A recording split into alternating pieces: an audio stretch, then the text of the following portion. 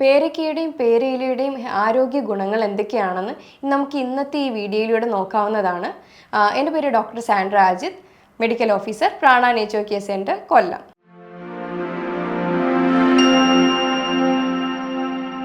സാധാരണയായി ഇത് എല്ലാ വീടുകളിലും കണ്ടുവരുന്ന ഒന്നാണ് പേരയുടെ മരം. അപ്പോൾ പേരയ്ക്കയും പേരയിലയും ഒരേപോലെ തന്നെ ഉപയോഗിക്കാൻ പറ്റുന്ന അത്രയും തന്നെ ആരോഗ്യ ഗുണമുള്ള ഒന്നാണ്. ഇത് ഈസിലി അവൈലബിൾ ആണ്.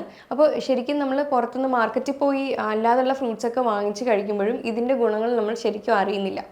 ഇത് എന്ന് പറയുന്നത്, അതായത് പേരയ്ക്കയും പേരയിലയും ശരിക്കും നമുക്ക് ഉള്ളി കഴിക്കുന്നത് മാത്രമല്ല, ഇത് വേറെ മറ്റ് പല ആരോഗ്യ ഗുണങ്ങളും ഉള്ളതാണ്.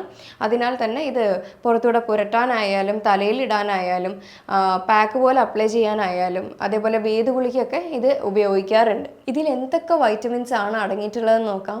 വൈറ്റമിൻ എ, ബി, സി, അതേപോലെ തന്നെ manganese, copper, iron, fibre rich ആണ്. അപ്പോൾ ഇതെല്ലാം കൂടെ തന്നെ നോക്കുകയാണെങ്കിൽ നമുക്കിത് ഒരുപാട് ഗുണങ്ങളാണ് തരുന്നത്. കണ്ണിനായാലും സ്കിന്നിനായാലും മുടിക്കായാലും അതേപോലെ പ്രഗ്നൻസി ടൈമിൽ ബേബിയുടെ ന്യൂറൽ ട്യൂബ് ഫോം ചെയ്യുന്ന ഒരു ടൈമാണ്. ഇത് വൈറ്റമിൻ ബി കോംപ്ലക്സ് റിച്ച് ആയതുകൊണ്ട് തന്നെ ഇത് അതിനെ നന്നായിട്ട് ഹെൽപ്പ് ചെയ്യും. അതേപോലെ ഡയബറ്റിക് പേഷ്യൻസിന് ഇത് ഫൈബർ റിച്ച് ആയതുകൊണ്ട് അത് ഹെൽപ്പ് ചെയ്യും.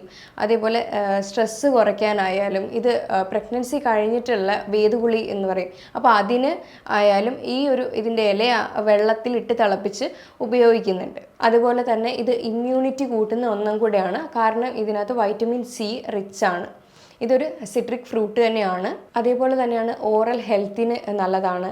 അതേപോലെ വായ്പുണ്ണ് കാര്യങ്ങളൊക്കെ വരികയാണെങ്കിൽ അത് അങ്ങനെ ചെയ്യാം. അതേപോലെ സ്കിന്നിൻ്റെ ഹെൽത്തിനായാലും താരൻ്റെ പ്രശ്നമുള്ളവർക്കാണെങ്കിലും ഇതൊരു പാക്ക് പോലെ അപ്ലൈ ചെയ്തിട്ട് ഇടാവുന്നതാണ്. ഇത് മെൻസ്ട്രൽ പെയിൻ ഉള്ള സ്ത്രീകളിലാണെങ്കിൽ അവർക്കും ഇത് കഴിക്കാവുന്നതാണ്. അല്ലെങ്കിൽ പേരയുടെ ഇല ഇട്ട് തിളപ്പിച്ച വെള്ളവും കുടിക്കാവുന്നതാണ്. പിന്നെ ഇതിനൊരു പ്രത്യേക പ്രോപ്പർട്ടി ഉണ്ട്, കൂളിംഗ് പ്രോപ്പർട്ടിയാണ്. ചൂട് കാലങ്ങളിൽ ഇതിൻ്റെ ഇലയിട്ട് വെള്ളം തിളപ്പിച്ച് കുളിക്കുന്നത് നല്ലതായിരിക്കും. അപ്പോൾ ഇനി ഇത് എങ്ങനെ ഉപയോഗിക്കുമെന്ന് നോക്കാം. പനി വരികയാണെങ്കിൽ നമുക്കിത് ആവി പിടിക്കാൻ നല്ലതാണ്. ആവി പിടിക്കാൻ എന്ന് പറയുമ്പോൾ വെള്ളത്തിൽ ഇത് കുറച്ച് ഇല എടുത്ത് നന്നായി തിളപ്പിച്ച് ഒരു ആവി കൊള്ളാവുന്നതാണ്. അതേപോലെ ഡാൻഡ്രഫ് ഇഷ്യൂവിനാണെങ്കിൽ ഇതൊരു പാക്ക് പോലെ അരച്ച് തളിരില അരച്ച് അപ്ലൈ ചെയ്യാവുന്നതാണ്. ഇതും ഏറ്റവും നല്ലൊരു റിസൾട്ടാണ് തരുന്നത്. അതേപോലെ ഇത് ഓറൽ ഹെൽത്തിന് ഇമ്പോർട്ടൻ്റ് ആണെന്ന് നമ്മൾ പറഞ്ഞായിരുന്നു. അപ്പോൾ ഇതിൻ്റെ കുറച്ച് ഇല എടുത്തിട്ട് കുറച്ച് കുറുന്തോട്ടിയുടെ ഇല എടുത്ത് കുറച്ച് മഞ്ഞളൊക്കെ ഇട്ട് നല്ലോണം തിളപ്പിച്ച് അതൊരു ചൂടാറിയ ശേഷം ഇളം ചൂട് വെള്ളത്തിൽ ഇതിന് വായിൽ കൊണ്ട് കുപ്പിളിച്ച് കളയുന്നതും ഏറ്റവും നല്ലൊരു റെമഡിയാണ്. കാരണം എന്തെങ്കിലും ഇൻഫെക്ഷൻസോ കാര്യങ്ങളോ ഒക്കെ ഉണ്ടെങ്കിൽ ഇത് കുറയ്ക്കും.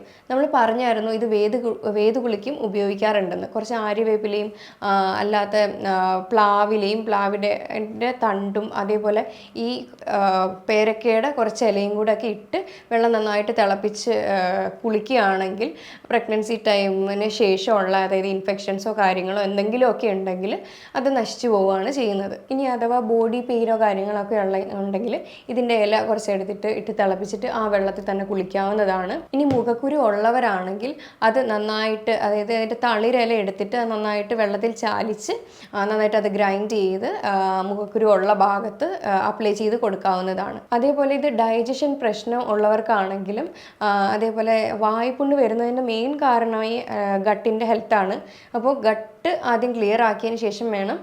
അങ്ങനെ ചെയ്യുമ്പോൾ തന്നെ നമ്മുടെ വായ്പുണ്ണിൻ്റെ ബുദ്ധിമുട്ടുകളെല്ലാം മാറും. ഇത് ഗട്ട് ക്ലിയർ ആവാനായാലും നമുക്ക് ഇതിൻ്റെ ഇല അല്ലെങ്കിൽ പേരയ്ക്ക തന്നെ നന്നായിട്ട് സഹായിക്കുന്ന ഒന്നാണ്. ഇനി ഇത് ഡയബറ്റിക്കും കൊളസ്ട്രോളും അല്ലാതെ ജീവിതശൈലി രോഗങ്ങൾക്കെല്ലാം ഒരേപോലെ തന്നെ ഹെൽപ്പ് ചെയ്യുന്നതാണ്.